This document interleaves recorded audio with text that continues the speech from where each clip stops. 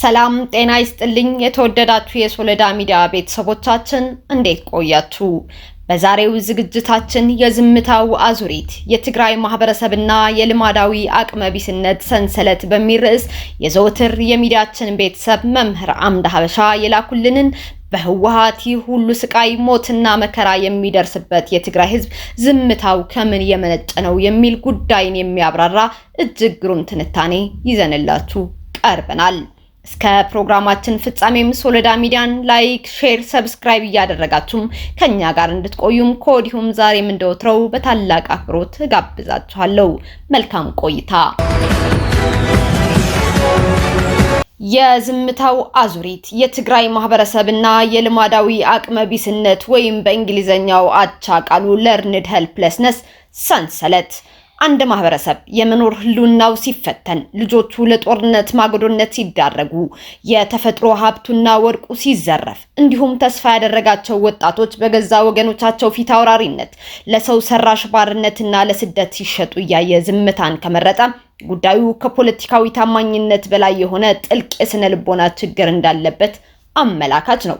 በትግራይ ማህበረሰብና በህወሓት መካከል ያለው ግንኙነት በአሁኑ ወቅት የደረሰበት ደረጃ በስነ ልቦና ሊቃውንት ዘንድ ልማዳዊ አቅመቢስነት ወይም በእንግሊዘኛው ቃል አቻው ለርንድ ሄልፕለስነስ ተብሎ ለሚጠራው አደገኛ የአእምሮ ደዌ ህያው ማሳያ ሆኖ ይገኛል።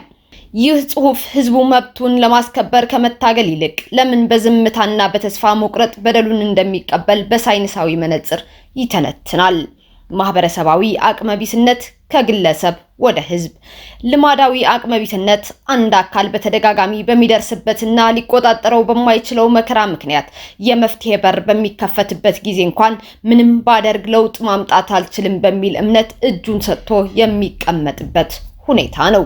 ይህ ጽንሰ ሐሳብ በ1960ዎቹ በማርቲን ሴሊግማን የተረጋገጠ ቢሆንም ዛሬ ላይ የትግራይ ህዝብ እንደ ህዝብ እየኖረ ያለ እውነታ ነው።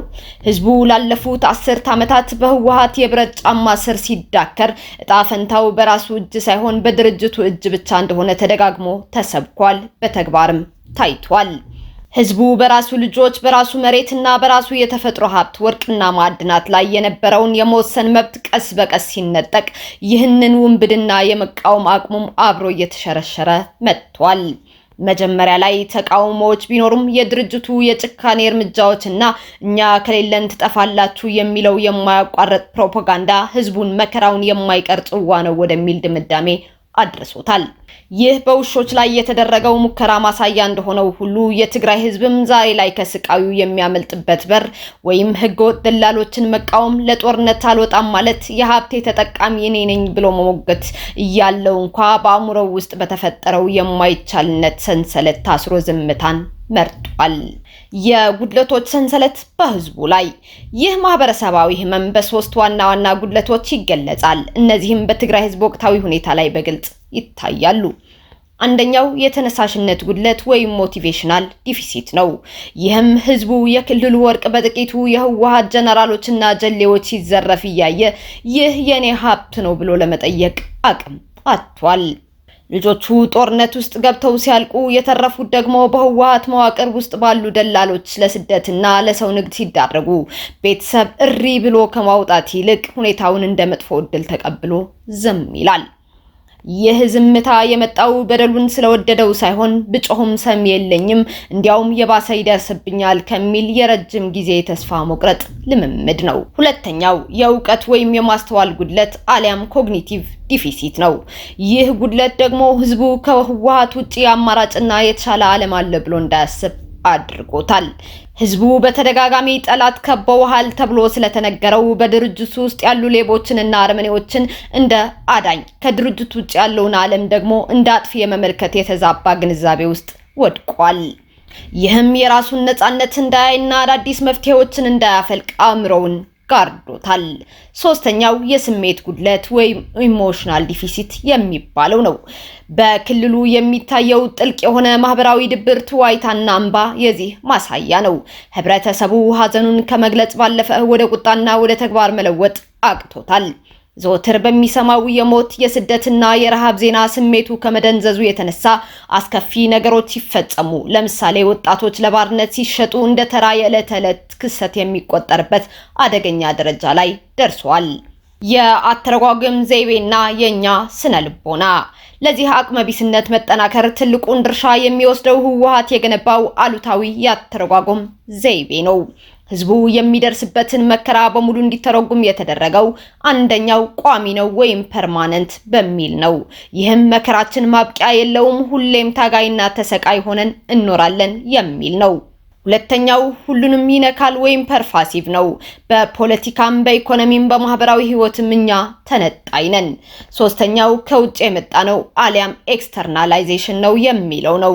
የውስጥ ችግሮቹ የወርቅ ዘረፋው፣ የሰው ንግዱ ሳይቀሩ በውጭ ጠላቶች እንደመጡ ተደርጎ ስለሚተረጎም ህዝቡ በራሱ መሪዎች ላይ ጣት እንዳይቀስርና መፍትሄው በእጁ እንደሆነ እንዳያምን አድርጎታል። የአእምሮ ሰንሰለቱን መበጠስ ሳይንስ እንደሚያረጋግጠው ይህ የመረራ አቅመቢስነት ተፈጥሯዊ ሳይሆን የተለመደ ወይም በእንግሊዘኛ አቻ ቃሉ ለርንድ የሚለው ነው። የተለመደ ነገር ደግሞ ሊረሳም ይችላል። የትግራይ ህዝብ ከዚህ የአእምሮ እስር ቤት መውጣት የሚችለው የህወሓት ካድሬዎችና ደላሎች ልዑለ ኃያል እንዳልሆኑ ህዝቡን መጻኢ ዕድሉን የመወሰን ሙሉ አቅም እንዳለው በመገንዘብ ብቻ ነው። የአእምሮ ሰንሰለቱ ሊበጠስ የሚችለው አንድም ህዝቡ እየተፈጸመበት ያለውን በደል፣ የልጆቹን መሰደድና መሸጥ፣ የሀብቱን መዘረፍ ይህ እጣ ፈንታዬ አይደለም፣ ይህ የወንጀለኞች ስራ ነው ብሎ በአዲስ መልክ መተርጎም ሲጀምር፣ ሁለትም ህወሓት ከፈጠረው የፍርሃትና የጥገኝነት ድባብ በመውጣት ትናንሽ የቁጥጥር እርምጃዎችን ለምሳሌ የአካባቢው ደላላ መቃወም፣ ልጆችን ለጦርነት መከልከል የሚሉ እርምጃዎችን በመውሰድ አቅሙን ሲፈትሽና ሲያረጋግጥ፣ ሶስትም የተነጠቁት መብቶቹ የሚመለሱት በዝምታና በትዕግስት ሳይሆን እየጠፋውን እችላለሁኝ የሚል መንፈስ ዳግም በመገንባት እንደሆነ ሲያምን ብቻ ነው። በማጠቃለያም የትግራይ ህዝብ ዝምታ የመስማማት ምልክት ሳይሆን የረጅም ጊዜ ጭቆና የፈጠረው የስነ ልቦና ሽባነት ውጤት ነው። ዛሬ ላይ ህዝቡ የሚያስፈልገው ፖለቲካዊ ነጻነት ብቻ ሳይሆን ከአእምሮ ባርነት አልችልም አልቀየርም ከሚል ተስፋ መቁረጥ የሚፈውሰውን አዲስ የንቃተ ህሊና ትግል ነው። የሰንሰለቱ ቁልፍ ያለው የህዝቡ እጅ ላይ ነው። የሚያስፈልገው ቁልፉ በእጁ እንደሆነ ማመን ብቻ ነው ሲሉ መምህር አምደ ሀበሻ ጥር 6 2018 ዓ.ም የላኩልንን ሐሳባቸውን ቋጭተዋል። ክቡራን የሶሎዳ ሚዲያ ተከታታዮቻችን በዘወትር የሚዲያችን ቤተሰብ መምህር አምደ ሀበሻ የቀረበውን ይህንን እጅግ አስደናቂ የህወሓት በደልና የትግራይ ህዝብ ዝምታ የሚያሳይ ትንታኔ ነበር ወደ እናንተ ያቀረብ ነው።